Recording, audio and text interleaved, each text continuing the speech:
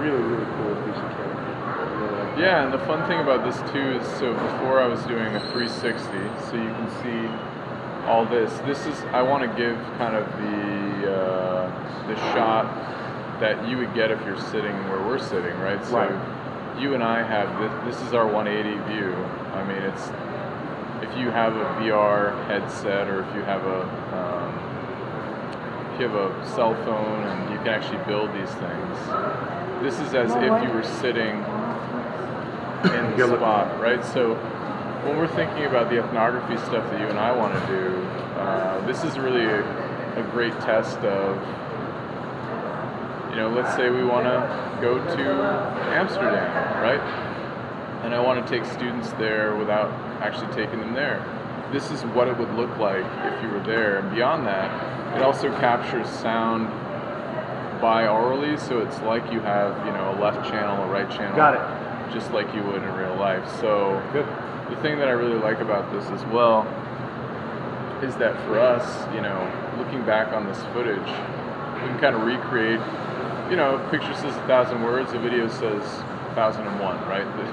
There's a nice nostalgia moment here where we'll start recollecting things that we might have forgotten sitting here. Things, again, like we said, things we just didn't pay attention to because they didn't seem important at the time.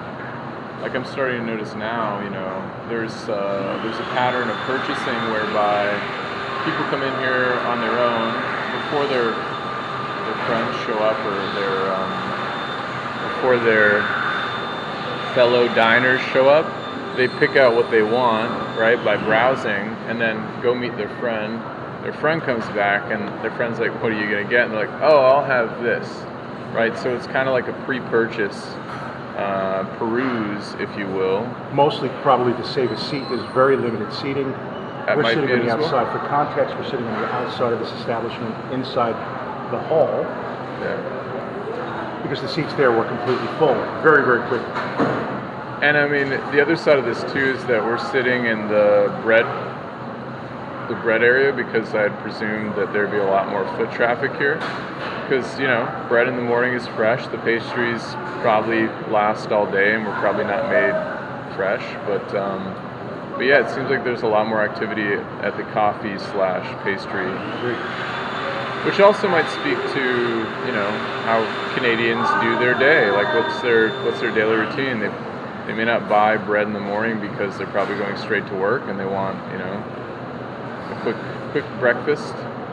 Which is an interesting contrast to France, where many of them buy a baguette early on, and that will be their lunch later as they're walking to the metro station. Yeah. So the boulangerie, as they say, the bakery, the bread part, definitely would be more popular. Whereas here it's the sweet treats and the coffee. Yep. Yeah. And the service tends to be pretty good here. They tend to be very busy. Not quite American speed, but definitely efficient. And as you can tell from the obnoxious dryer sounds, we're not far from the restroom. Hopefully it's not drowning us out. No, it's a good place. It's one of our favorite places. And I believe this is a chain, is that the name of the song? Yep. It's a chain. Yep. This is one of the several locations inside. So I find that interesting because, as I recall, nothing else here is chain, is it? I think there... Is there one other big? There might be one other coffee shop, but I think it's just the coffee shops that are. And also, it's now 8:40, and we have our first queue at the bread bakery. So, in the early morning, from 8 to about, I guess, 8:40, most people are going for pastries and those kinds of things, and coffee. And it appears that 8:40 exactly, because it is 8:40 exactly, is when people start buying bread. So time for bread, absolutely. It's really fascinating to kind of see how the purchases shift as well over time. And you probably can't see this either, but most people buying bread, it seems, are paying in cash, versus those who are buying their coffees and stuff are paying credit or debit cards. So there's that.